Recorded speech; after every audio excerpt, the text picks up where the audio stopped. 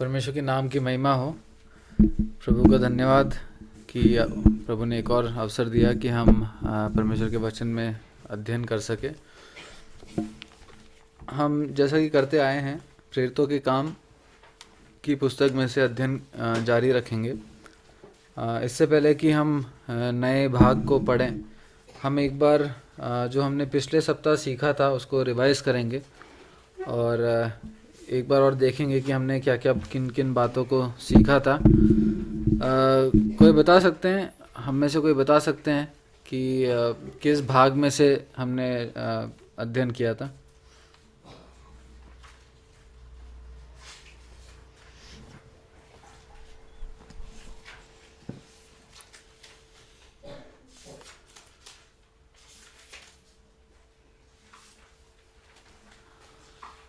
ठीक है, मैं बता देता हूँ। आप लोग अगर लिख रहे हैं तो पिछली बार के नोट्स में भी लिख सकते हैं। हमने पिछले सप्ताह प्रेरितों के काम उसके 20वें अध्याय उसके 17 से लेकर 38 तक हमने पढ़ा था, अध्ययन किया था। 20वें अध्याय 17 से लेकर 38 तक, और उसमें हमने पौलुस के जीवन के कई बातों को देखा था। किस रीति से पौलुस का जीवन उसके मिशनरी यात्राओं में, उसके विश्वास में आने के बाद उसका जीवन कैसा रहा है। हम पौलुस को मिलेतुस करके एक जगह में देखते हैं जहाँ पे वो इफिसुस के बुज़ुर्गों को बुलाता है, एल्डर्स को बुलाता है, और वहाँ पे कुछ बातों को उनसे बांटता है। और उसके 17 से लेके 35 तक वो पौलुस खुद कुछ बातों को कह रहा है, और उससे हमने सीखा था कि पौलुस के जीवन में क्या चल रहा था। इतने साल जो उसने यात्राएं की हैं और उसने मिशनरी यात्राएं की हैं, सुसमाचार बांटा है, तो उसके जीवन में क्या चल रहा था। तो हमने जो बातों को देखा था जल्दी से देख लेंगे। एक तो हमने देखा था कि उसका जीवन एक पारदर्शी जीवन था, एक ट्रांसपेरेंट लाइफ था, एक खुला जीवन था। He was approachable to others. लोग उसके पास आ सकते थे, उनको सबको उसके पास आने की अनुमति थी और खुलापन था। एक मित्र, एक पिता के समान था वो लोगों के लिए। हम दूसरा हमने देखा था कि वो एक दीनता से भरा एक जीवन, एक नम्र जीवन उसने जिया। आंसुओं के साथ सेवा करते हुए देखते हैं हम उसको। उसके बाद एक कंसिस्टेंट जीवन, एक सा जीवन, एक अटल जीवन, जो जिस बात के लिए वो चुना गया उसको बहुत परिश्रम के साथ करने वाला एक जीवन हमने देखा था। फिर हमने देखा था कि कैसे वो कभी भी सुसमाचार को सुनाने से या परमेश्वर के वचन को सुनाने से पीछे नहीं हटता था। वो पब्लिकली सबके सामने सुनाता था और घर घर जाके शिष्यता में बढ़ाता था, सुसमाचार सुनाता था। और हमने देखा था कि कैसे उसके संदेशों के विषय क्या थे।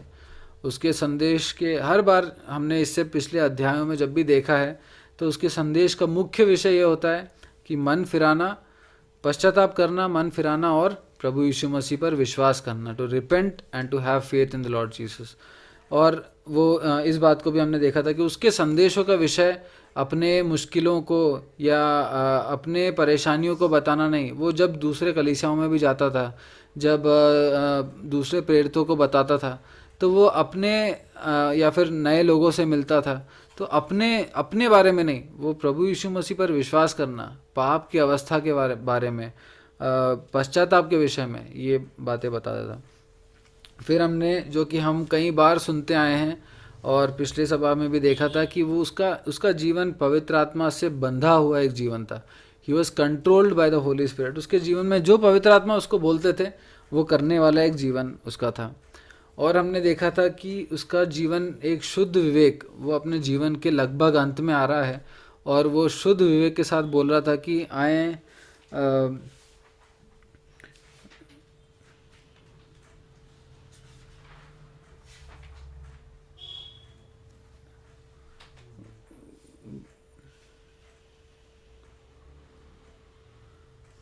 वो एक वचन में बोलता है, हाँ 26वें पद में बोलता है, 20 के 26 में बोलता है,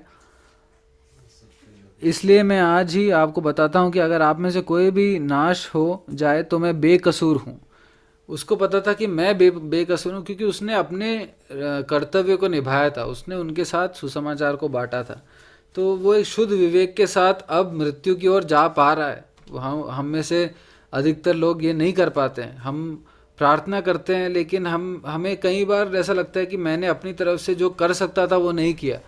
लेकिन पौलुस जा रहा है और उसके पीछे एक परिश्रम भरा जीवन, एक कंसिस्टेंट जीवन रहा है। तो हमने ये बात सीखी थी। और हमने ये भी सीखा था कि वो खुद को तो गलत शिक्षाओं से बचाता था, लेकिन सिर्फ खुद के बारे में नहीं, दूसरों को भी चेतावनी दे रहा है। वहाँ पे देते हुए देखता है कि दूसरों को भी गलत शिक्षाओं से, गलत बातों में फंसने से बचने के लिए चेतावनी देता था। तो वो दूसरों के जीवन में भी इंटरेस्ट रखता था, दूसरों के जीवन में भी रुचि रखने वाला एक व्यक्ति था। तो ऐसे हमने कई बातों को पौलुस के जीवन से सीखा था। पौलुस, जैसा कि हम जानते हैं कि अपने तीसरी मिशनरी यात्रा के अंतिम चरण में, साथ ही अपने जीवन के अंतिम चरण में भी पहुंच गया है। इसके आगे के अध्यायों में हम कई बातों को देखेंगे। प्रभु सहायता करें। आज हम एक भाग को पढ़ेंगे 20वें अध्याय के 36 से लेकर 21वें अध्याय के 16वें पद तक। 20वें अध्याय के 36 से लेकर 21वें अध्याय के 16वें पद तक हम पढ़ेंगे।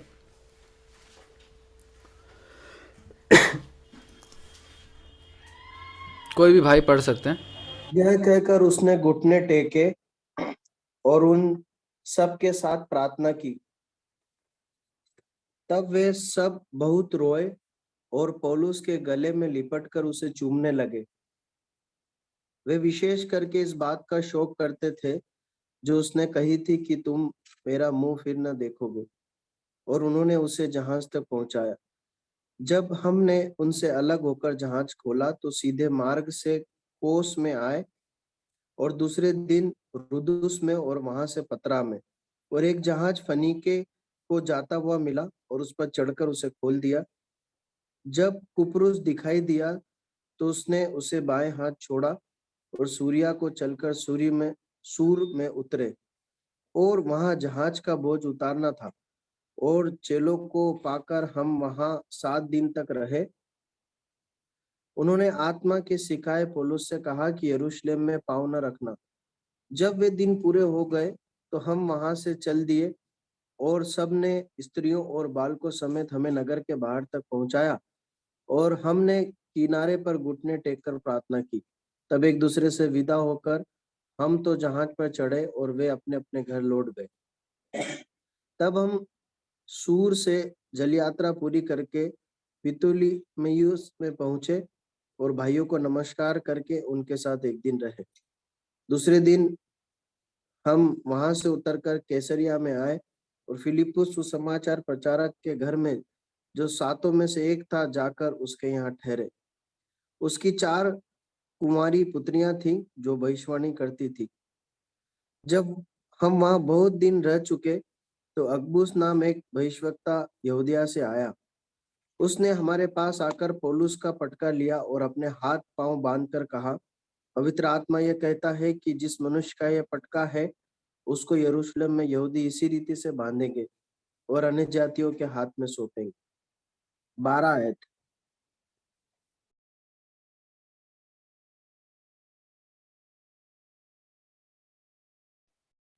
जब ये बातें सुनी तो हम वहां के लोगों ने उनसे विनती की यरूशलेम को न जाए। परंतु पौलुस ने उत्तर दिया कि तुम क्या करते हो कि रो रो कर मेरा मन तोड़ते हो। मैं तो प्रभु यीशु के नाम के लिए यरूशलेम में न केवल बांधे जाने के लिए वरन मरने के लिए भी तैयार हूँ। जब उसने न माना तो हम यह कहकर चुप हो गए कि प्रभु की इच्छा पूरी हो। उन दिनों के बाद हमने तैयारी की और यरूशलेम को चल दिए। कैसरिया के भी कितने चेले हमारे साथ हो लिए और मनोसोन नाम कुप्रुस के एक पुराने चेले के साथ ले आए कि हम यहाँ टिके। परमेश्वर के वचन के पढ़े जाने पर प्रभु की आशीष हो।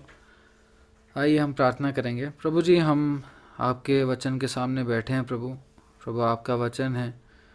प्रभु, हम पौलुस के जीवन और इन अध्यायों से पढ़ रहे हैं। जब प्रभु आप हमें आप हमसे बात करें, आपकी वाणी हम तक पहुँचे प्रभु। आप जो हमें बताना चाहते हैं, हमें सिखाना चाहते हैं प्रभु, आप दिखाएं।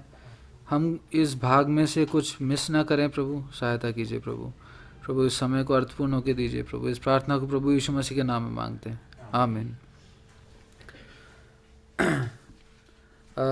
हमने अभी 20 के 36 से लेके 21 के 16वें पद तक पढ़ा।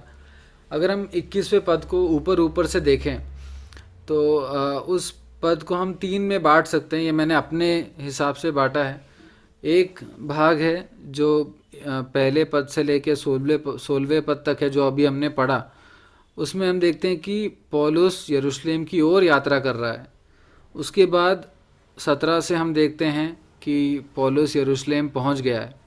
और उसके बाद हम देखते हैं कि यरूशलेम में पौलुस के साथ क्या क्या होता है। तो पौलुस यरूशलेम की ओर यात्रा कर रहा है, पौलुस यरूशलेम पहुंचता है, और फिर पौलुस यरूशलेम पहुंचने के बाद उसके साथ क्या क्या होता है।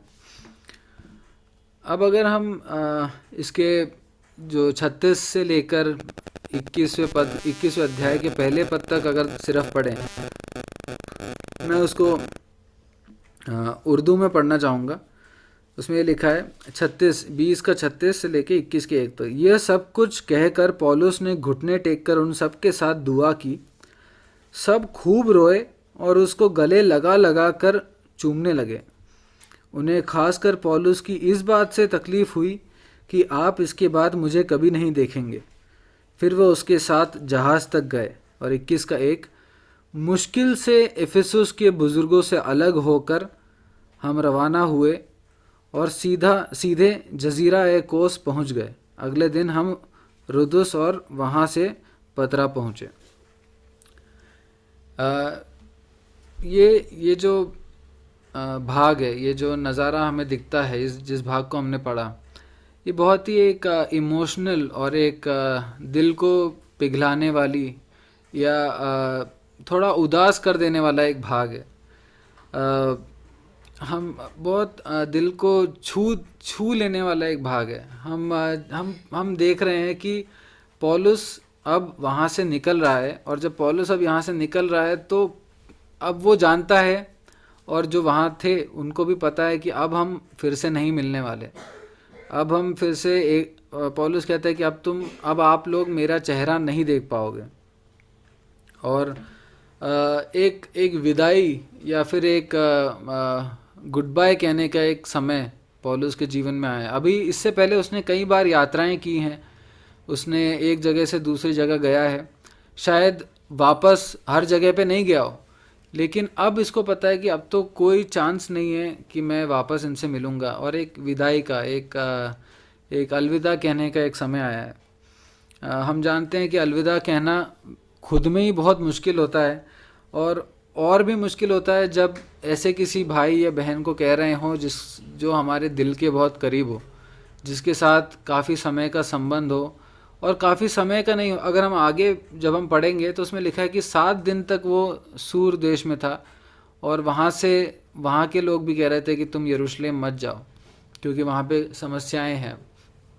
तो हम देखते हैं कि अलविदा कहना एक बहुत दुख देने वाला एक अवसर होता है। एक फेयरवेल एक बहुत दुख देने वाला एक अवसर होता है, खासकर जब हमें पता हो कि हम फिर से मिलेंगे नहीं। और यहाँ पे 36 से लेकर पहले 20 के 36 से लेकर 21 के 1 तक हम वो देखते हैं। 5वें और 6ठे पद में भी हम इसी बात को सूर देश में होते हुए देखते हैं। फिर 15वें पद में भी हम इसी बात को वहाँ से भी अलविदा कहकर फिर फाइनली यरूशलेम पहुँचते हुए हम देखते हैं। तो हर भाग में, हर जगह पर एक आखिरी अलविदा, एक फाइनल गुड बाय पौलुस को बोलते हुए देखते हैं। और अलविदा, जैसा कि मैंने कहा, अलविदा कहना बहुत मुश्किल होता है। हमारा प्रियजन हो तो और मुश्किल होता है, और एक परमानेंट अलविदा हो कि अब नहीं मिलेंगे तो वो और भी मुश्किल होता है। आज के ज़माने में हमारे पास अगर कोई जाता है हमारे जीवन में से, या कोई कहीं और चला गया, तो हमारे पास या तो कुछ फ़ोटोज़ रहते हैं उनके साथ, या कुछ वीडियोस रहते हैं, हम देखकर खुश हो पाते हैं। कुछ ऑडियो, रिकॉर्डेड ऑडियो रहता है जिसको सुनकर हम याद कर पाते हैं उन दिनों को। वो एक ऐसा समय जब अब वो देखेंगे ही नहीं, फोटोज़ नहीं, कुछ नहीं, अब वो देखेंगे ही नहीं। अगर सिर्फ एक यात्रा करके कोई जा रहा हो तो व्हाट्सएप कॉल है, वीडियो कॉल है, हम एक दूसरे से मिल पाते हैं ऑनलाइन माध्यम से, बहुत किलोमीटर दूर हो फिर भी। लेकिन अब कोई उम्मीद नहीं है मिलने की। और ऐसे एक समय में जब अब कुछ बचा नहीं है मिलने के लिए, साथ में समय गुजारने के लिए, संगति करने के लिए, ऐसे एक समय में बहुत ही एक दुख देने वाला एक समय पौलुस के और वहाँ के कलीसिया के एक एक विश्वासियों के जीवन में आया। और जब जब इस भाग को पढ़ रहा था तो एक अलविदा, ये एक ऐसा लग रहा था जैसे कि किसी का अंतिम संस्कार हो रहा हो। पौलुस को वो मरते हुए नहीं देखेंगे अब, लेकिन अब उसको देखेंगे नहीं वो। जैसे कि हर अंतिम संस्कार में होता है, लोग रो रहे होते हैं, लोग उस व्यक्ति से गले मिल रहे होते हैं या फिर उस बॉडी से, उस शरीर से को चूम रहे होते हैं। जैसे बहुत सारे लोग इकट्ठे होते हैं। हम 37-38 में देखते हैं कि वहाँ के सब बुज़ुर्ग उसके साथ उस जहाज़ तक आए। हम 21 के 5 और 6 में पढ़ते हैं कि वहाँ के सब विश्वासी, उनकी पत्नियाँ, उनके बच्चे, सब लोग मिलकर इनको जहाज़ तक छोड़ने आए। तो ऐसा एक समय जैसे कि मानो कि पौलुस अब सच में अब मर गया, अब उनके जीवन में अब वो है नहीं। अब शायद सिर्फ वो खत हैं जो पौलुस ने उनको लिखे थे। ऐसे एक दुख के समय में हम इस कलीसिया को, इस विश्वासी भाई पौलुस को और अन्य विश्वासी भाइयों को देखते हैं। अगर हम पीछे मुड़कर देखें तो और जिन भागों को हमने पढ़ा उनको देखें तो पौलुस का इनके साथ ऐसा एक संबंध क्यों है? पौलुस का उनके साथ कोई रिश्ता, अगर वर्ल्डली वे में अगर दुनिया के नज़रिए से देखा जाए तो कोई रिश्ता तो है नहीं, ना भाई है, ना पिता है, ना दूर का कोई रिश्तेदार है, ना, मगर फिर भी ऐसा फील करना, ऐसे एक अनुभव से होकर वहाँ के कलीसिया को गुजरने के कारण क्या है? ये हम इस नज़ारे से, इस सीन में या फिर इस भाग को जो हमने पढ़ा, इस भाग में हम क्या सीखते हैं? हम सीखते हैं कि प्रभु ने हमें ये सहभागिता, ये संबंध, ये सहभागिता हमने ढूंढकर नहीं पकड़ी। ये संगति, ये सहभागिता हमने पहल करके हमें नहीं मिली। ये संगति प्रभु ने दी है, प्रभु ने हमें जोड़ा है। और हम पौलुस के जीवन में, इस कलीसिया के जीवन में देखते हैं कि ये सहभागिता सिर्फ मिलने का, एक दूसरे को हेलो बोलने का, साथ में भोजन करने का या फिर साथ में बैठ के बात करने का सिर्फ एक सहभागिता नहीं है। It is not just greeting, meeting, eating, it is more than that. वो उससे बढ़कर है। वो एक घनिष्ठ संबंध है, एक इंटीमेट रिलेशनशिप है। अगर ये सिर्फ मिलते तो हम अपने कोलीग से भी हैं ऑफिस में, अगर ये सिर्फ बातें कर रहे होते या फिर सिर्फ हाय हेलो कर रहे होते, ये तो हम बहुत लोगों से करते हैं। लेकिन हम देखते हैं कि ये लोग रो रहे हैं। पौलुस के जाने पर इनका प्रत्युत्तर है कि ये लोग रो रहे हैं, ये एक उदास होकर रो रहे हैं, उसको चूम रहे हैं, उसको गले लगा कर चूम रहे हैं। ये इसलिए है क्योंकि इनके बीच में प्रेम है, इनके बीच में घनिष्ठ सहभागिता, संगति है।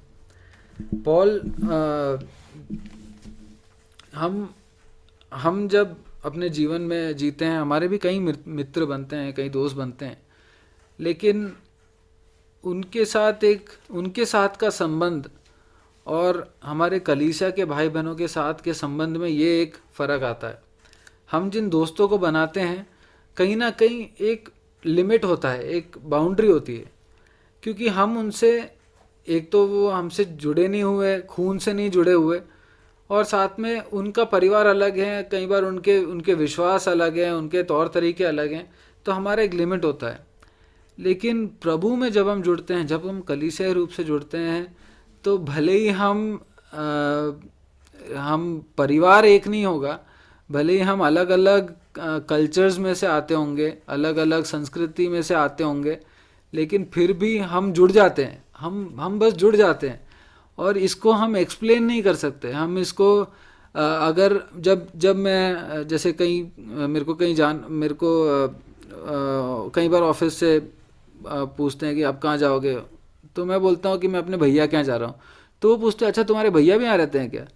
तो उनको नहीं समझ आएगा कि ये क्या रिश्ता है। जिनको मैं 10 साल पहले नहीं जानता था, आज वो हम आप और हम कितने करीब हो गए, एक भाई समान हो गए। तो ये संबंध, सहभागिता प्रभु ने हमें दिया है, और इसको हमें, और ज़रूरी है कि हम इस संगति को, इस सहभागिता को सिर्फ एक सरफेस पे सतही रीति से ना लें। कई बार हम भी ऐसे ही करते थे, जैसा हम नॉर्मल दोस्तों के साथ करते हैं। हम बैठते हैं, बात करते हैं, भोजन करते हैं, और साथ में मिलते हैं, एक दूसरे के घर भी जाते हैं, लेकिन हमारे जीवन के बारे में छुपा रहता है सब। हमने पहले भी पढ़ा था, पिछले सप्ताह भी देखा था कि पौलुस का जीवन एक अप्रोचेबल, एक खुला जीवन था। हम कई बार सोचते हैं कि नहीं, मेरे को इसकी ज़रूरत नहीं है, या फिर मैं अकेले कर लूँगा। मगर पौलुस के जीवन से देखते हैं कि वो भी गलत है, क्योंकि वो भी एक वन मैन आर्मी नहीं था। पौलुस जहाँ जाता था, या तो उसके साथ कोई होता था, या फिर वहाँ पहुंचकर वो किसी को ढूंढता था, किसी के साथ सहभागिता करने के लिए वो शिष्यों को, चेलों को ढूंढता था, कलीसियाओं के पास जाता था। और अगर कोई नहीं है, ऐसा भी होता है कि कई जगह कोई नहीं हो, वो वहाँ जाके सुसमाचार सुनाता था, और प्रभु उसके द्वारा काम करके वहाँ पे एक कलीसिया स्थापित होती थी, वहाँ सहभागिता होती थी। तो सहभागिता कलीसिया का एक बहुत इम्पॉर्टेंट भाग है। एक बहुत हम प्रेरितों के काम दूसरे अध्याय में ही देखते हैं कि 4 बातें वहाँ जो लिखी है, उनमें से एक है सहभागिता, संगति, आपस में संगति रखना। परमेश्वर ने हमें एक शरीर होकर, एक कलीसिया होकर रचा है, एक झुंड होकर बाहर बुलाया है। हमारे पुराने विश्वासों से, हमारे पुराने कार्यों से हमें बचाकर, उद्धार देकर हमें निकाला है। प्रभु चाहते हैं कि हम सहभागिता करें। हम सतही तौर पर नहीं, सिर्फ हाय हेलो ग्रीटिंग्स देने वाले नहीं, हम एक दूसरे से प्रेम और एक दूसरे के साथ खुलने वाला एक सहभागिता, एक घनिष्ठ संबंध, एक इंटीमेट रिलेशनशिप, जैसा कि हम अपने सगे भाई के साथ हैं। हमें कई बार लगता है कि नहीं यार, मैं अपने मुश्किलों को क्यों बांटूं। वो कई बार हम बहुत सिंसियरली सोचते हैं कि मैं अपने मुश्किल को उस भाई के साथ क्यों बांटूं, वो भी तो मुश्किल में है। या फिर हम कई बार सोचते हैं कि मैं अपने इस गलतियों को बांटूंगा तो वो मेरे बारे में गलत सोचेगा। ये दोनों तरफ से अप्लाई होता है। जब कोई हमसे अपनी गलतियों को बांटता है तो उससे फिर भी प्रेम करना, उससे फिर भी स्वीकार करना, उससे बात करना, उस गलती में से निकलने में मदद करना, उसको प्रोत्साहित करना। जब अपनी मुश्किलों के बारे में कोई बताता है तो उसके साथ प्रार्थना करना, हमें एक दूसरे को दिखाना है, बताना है, दिखाना नहीं है, हमें एक दूसरे को सच में महसूस करवाना है कि हम उनके भाई बहन हैं। हम बस दिखाए कि हाँ थोड़ा कंसर्न दिखाएं फिर भूल जाएं, वो नहीं। प्रभु चाहते हैं कि हम एकजुट, एक परिवार हो, और हम इन विश्वासी भाई बहनों से हम इस बात को सीखते हैं। जब इसके 21वें पद में, 21वें अध्याय के पहले पद में हिंदी में ऐसा लिखा है कि जब हमने उनसे अलग होकर जहाज खोला, मगर उसके उर्दू में या इंग्लिश में ऐसा लिखा है after we had torn ourselves away from them. After we had torn ourselves, Urdu में लिखा है मुश्किल से एफेसुस के बुजुर्गों से अलग होकर हम रवाना हुए। टॉर्न आवरसेल्व्स, फाड़ने के बाद। हम एक थे, लेकिन हमने अपने आप को उनसे फाड़ कर हम वहाँ से रवाना हुए। हम ऐसे संबंध के बारे में बात कर रहे हैं, हम ऐसे संबंध को देखते हैं कि हम इतने जुड़े हों कि हमें एक दूसरे से फाड़ना पड़े एक दूसरे को। वो बहुत पेनफुल एक प्रोसेस होता है, लेकिन परमेश्वर की इच्छा को पूरे करने जा रहा है पौलुस। वो चाहिए तो रुक सकता था वहाँ पे, लेकिन पवित्र आत्मा ने उसको कहा था कि तुम्हें यरूशलेम जाना है, तो वो यरूशलेम जा रहा था। हमें हमारे संबंध, हमारी संगति बहुत ज़रूरी है और बहुत महत्वपूर्ण भी है, लेकिन इस सब के ऊपर पवित्र आत्मा की इच्छा भी उससे भी ज़्यादा ज़रूरी है। पवित्र आत्मा ने आज हमें ये संगति दी है। पवित्र आत्मा ने पौलुस को उस समय वो संगति दी थी। पवित्र आत्मा ने पौलुस से कहा था कि तू यरूशलेम जा, लेकिन इन इन जगहों से होकर जा। इसीलिए वो संगति मिली, लेकिन वो संगति परमेश्वर की इच्छा से बढ़कर नहीं है। परमेश्वर की इच्छा पूरी करना बहुत कई बार ऐसी भी एक दुख को दे सकता है जो कि बहुत अच्छी चीज़ से हमें अलग होना पड़ रहा हो। इफिसुस के बुजुर्गों के साथ रहता तो कितने आनंद की बात थी। अगर आगे जाके सूर देश में वहाँ के विश्वासियों के साथ रहता तो उनके लिए भी कितने एनकरेजमेंट, प्रोत्साहन की बात थी। उनके आत्मिक रीति से बढ़ने के लिए भी बहुत फ़ायदा करता। लेकिन वहाँ रहना नहीं था परमेश्वर का उद्देश्य। परमेश्वर का उद्देश्य उसके लिए यह था कि तुम यरूशलेम जाओ, और वो जा रहा था। भले ही रास्ते में ये दुख भी आ रहे हैं, लेकिन अंत में परमेश्वर की इच्छा पूरी होनी चाहिए। प्रभु हमारी सहायता करें। हम संगति करने वाले हों, हम एक दूसरे से प्रेम करने वाले हों, हम एक दूसरे के साथ बंधे हों, लेकिन सबसे अधिक, जैसा कि हम पौलुस के जीवन में देखते हैं, हम पवित्र आत्मा से बंधे हों, हम पवित्र आत्मा के द्वारा नियंत्रित हों, और हम प्रभु के कार्यों को, प्रभु की इच्छाओं को अपने जीवन में कर सकें। उसके बाद हम जस्ट एक मेरे मन में एक विचार आया था। हम देखते हैं कि यहाँ पे एक अलविदा, यहाँ पे एक फेयरवेल चल रहा है, विदाई चल रही है। सॉल को यरूशलेम भेज रहे हैं, और सबको अब पता चल गया है कि इससे पहले एक और बात देख लेते हैं। इसके चौथे पद में लिखा है, 21 के 4 को कोई पढ़ लें।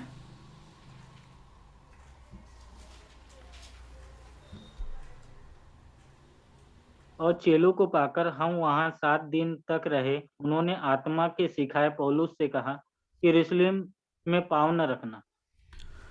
वहाँ लिखा है, उन्होंने आत्मा के सिखाए पौलुस से कहा कि यरूशलेम में पाँव न रखना। अभी मैं बोल रहा था कि पवित्र आत्मा ने पौलुस को बोला कि तुम यरूशलेम जाना, लेकिन हम यहाँ पढ़ते हैं कि पवित्र आत्मा ने के सिखाए पौलुस से कहा कि यरूशलेम में पाँव न रखना। मैं जब इस भाग को पढ़ रहा था तो एक बहुत ऑपोजिट लग रहा है, ऑपोजिट, विरोधाभासी एक स्टेटमेंट लग रहा है, क्योंकि पौलुस पवित्र आत्मा के नियंत्रण, अभी तक हम देख रहे हैं प्रेरितों के काम के अलग अलग भागों में हमने देखा कि पवित्र आत्मा के द्वारा नियंत्रित पौलुस एक एक जगह जा रहा है।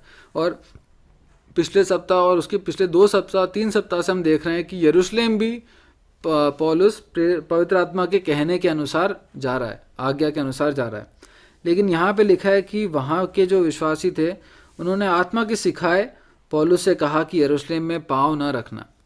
तो जब मैं ये सोच रहा था तो बहुत कन्फ्यूजन, बहुत डाउट हो रहा था कि ये ऐसे कैसे हो सकता है, सेम आत्मा मगर 2 अलग अलग लोगों को अलग अलग बात बोल रहा है। तो जब उसके हम 11वें पद को पढ़ लेंगे, कोई भी भाई 11वें पद को पढ़ लें।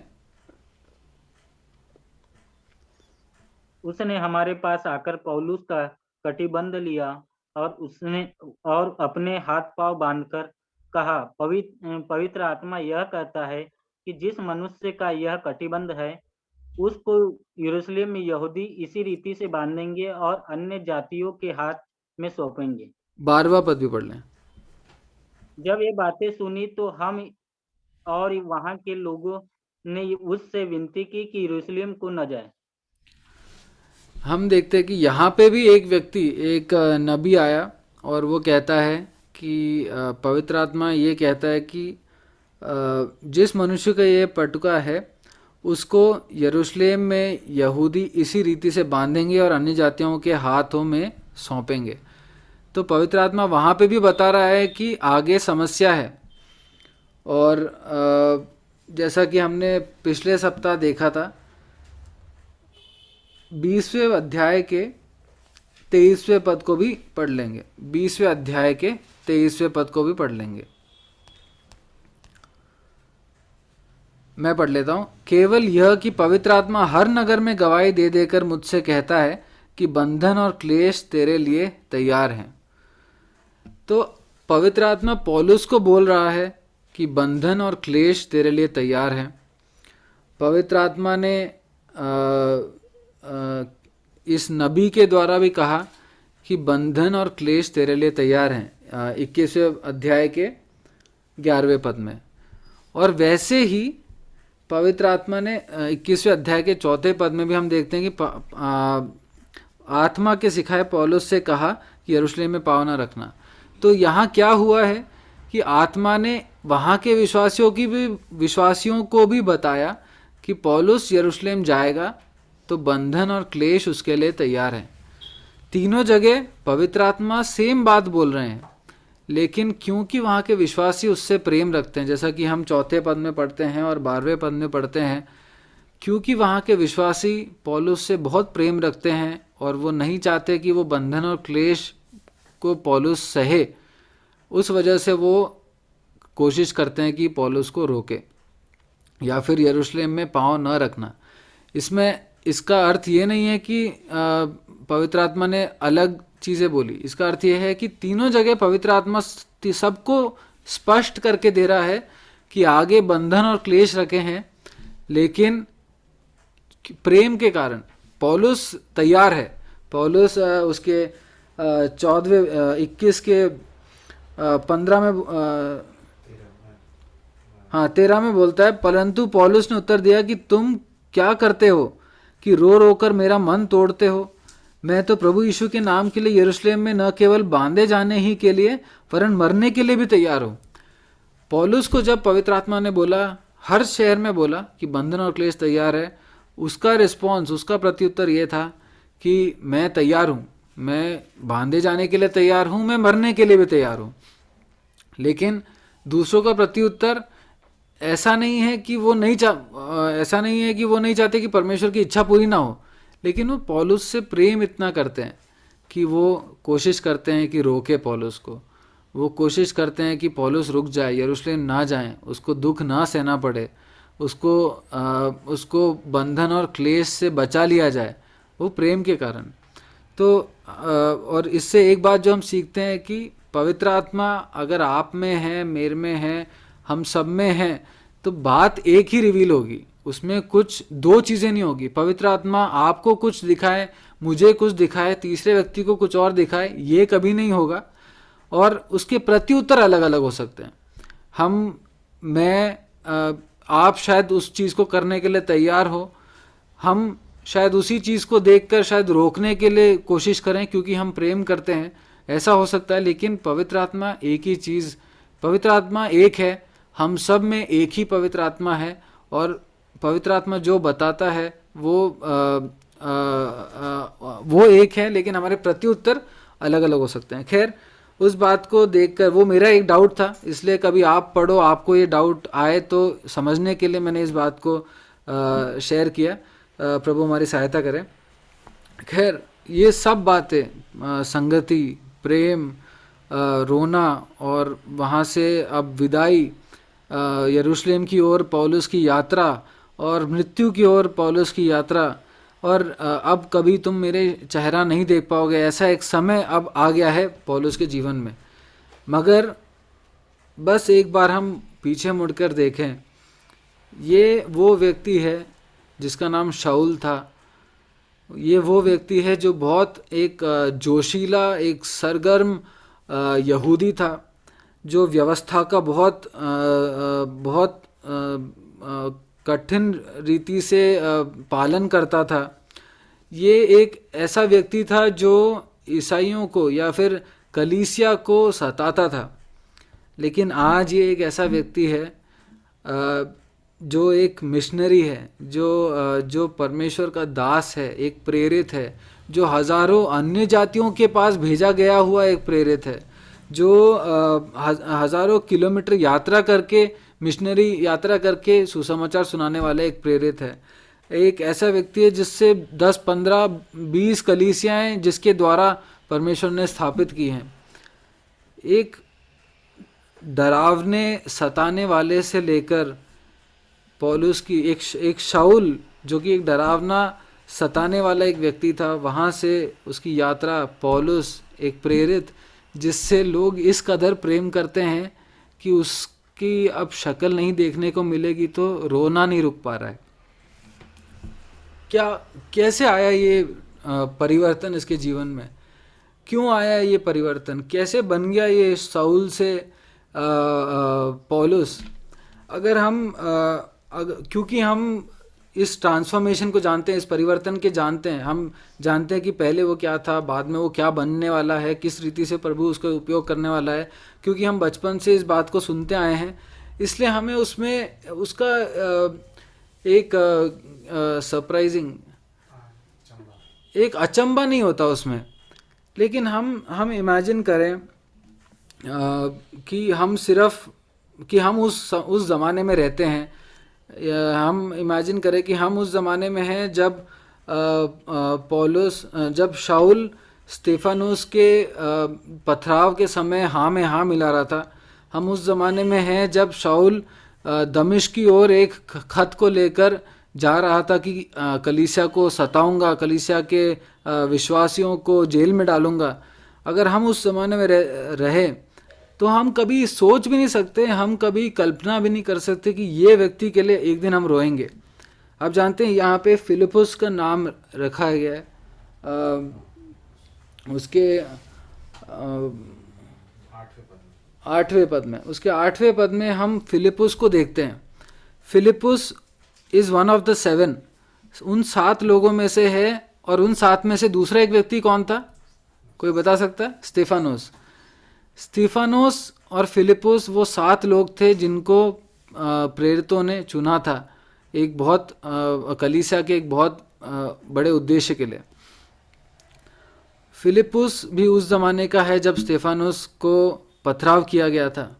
फिलिपुस भी उस ज़माने का है जब स्तेफानोस को मार डाला था और शाऊल हाँ में हाँ मिला रहा था और जो मारने गए थे उनके कपड़ों की रखवाली कर रहा था।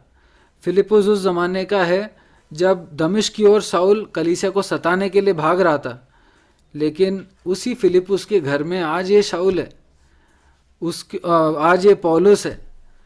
उस फिलिपुस को भी लग रहा होगा, वो उसके लिए भी शायद कल्पना के बाहर रहा होगा कि ये व्यक्ति अब एक दिन मेरे घर में रहेगा।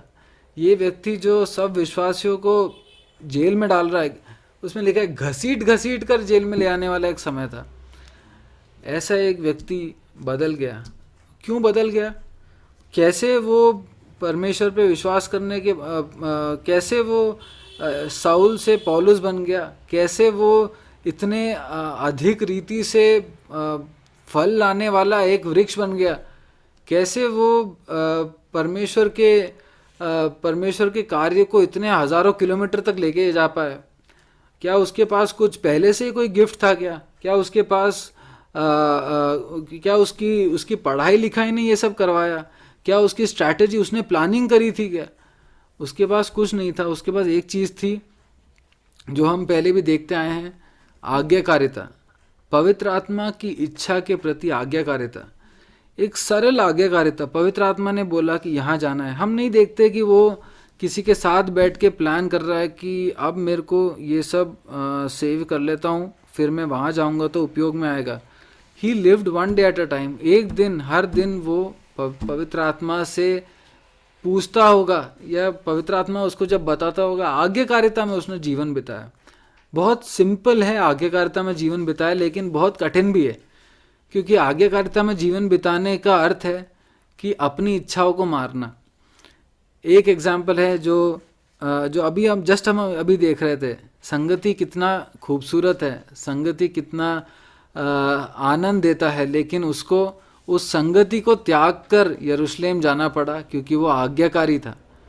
वो आज्ञाकारी था, इसलिए उसको हर जगह से दूसरी जगह जाना पड़ा क्योंकि वो आज्ञाकारी था। उसको सताव सहना पड़ा क्योंकि वो आज्ञाकारी था। परमेश्वर हमसे ये नहीं चाहते कि हम पहले तैयारी करें और उसके बाद वो हमें उपयोग करेंगे। परमेश्वर चाहते हैं कि हम उपयोग होने के लिए आज्ञाकारी हों। परमेश्वर चाहते हैं कि हम बात तो माने। परमेश्वर हमसे जो कहते हैं, जो सिखाते हैं, जो बोलते हैं, उसको बात तो माने। आजकल हम बहुत बदल गए। वो ज़माने और आज के ज़माने में ये फ़र्क है कि आज हम इतने पढ़े लिखे हो चुके हैं, या फिर आज हमारे पास टाइम नहीं है, हमारे बहुत भाग दौड़ है, बहुत थक जाते हैं। लेकिन हम अगर पढ़े लिखे नहीं है तो सोचते हैं कि हम पढ़े लिखे नहीं हैं, इतने बाकी लोग तो पढ़े लिखे हैं, मैं कुछ नहीं कर सकता। एक बहुत ही क्या अपने रिस्पॉन्सिबिलिटी को किसी तरह उससे भागने का एक आदत हमें बन गया है। हम बहुत सुविधाओं से सराउंडेड हैं। हमें क्या ज़्यादा बेहतर है, क्या ज़्यादा कंफर्टेबल है, बहुत सोच समझ के, बहुत प्लानिंग से डिसीजन लेने वाला एक समय आ गया। और कई बार ऐसा भी नहीं कि हम ऐसा सब सोच रहे हैं, लेकिन कई बार हमारे जीवन में हमारी इच्छा पहले पूरी हो जाती है। हमारी इच्छा ज़्यादा प्राथमिकता रखती है दैन प्रभु यीशु मसीह की इच्छा, पवित्र आत्मा की इच्छा। और इस वजह से हम पौलुस जैसे नहीं बन पा रहे हैं, हम उतने फल नहीं ला पा रहे हैं। हम आगे हमसे परमेश्वर ये नहीं चाहते कि तुम कुछ बहुत महान कार्य करो तो मैं देखूंगा कि तुम्हें चूज़ करूंगा। नहीं, परमेश्वर ने हमें चूज़ कर लिया है, परमेश्वर ने हमें चुन लिया है। अब वो हमसे आज्ञाकारिता चाहते हैं, सरल आज्ञाकारिता चाहते हैं, सिंपल ओबीडियंस हमारे जीवन से चाहते हैं। उस ओबीडियंस के लिए, उस आज्ञाकारिता के लिए प्राइस देना होगा, लेकिन परमेश्वर के लिए फल लाना है तो वो प्राइस भी हमें देना पड़ेगा।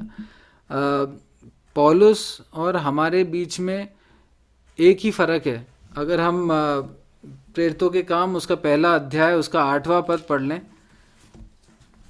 प्रेरितों के काम पहला अध्याय उसका 8वां पद, जो कि हमने इस अध्ययन को शुरू करने के समय ही हमने देखा था उस भाग को। प्रेरितों के काम पहला अध्याय उसके 8वां पद।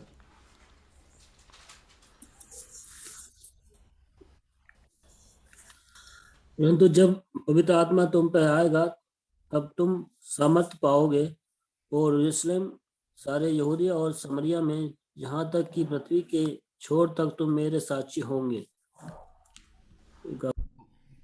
धन्यवाद भाई। परंतु जब पवित्र आत्मा तुम पर आएगा तब तुम सामर्थ पाओगे। पौलुस पे पवित्र आत्मा आया और हमने जब उद्धार पाया तो हम में भी पवित्र आत्मा आया। पौलुस ने सामर्थ पाया और हमने जब पवित्र आत्मा को पाया तो हमने भी सामर्थ पाया।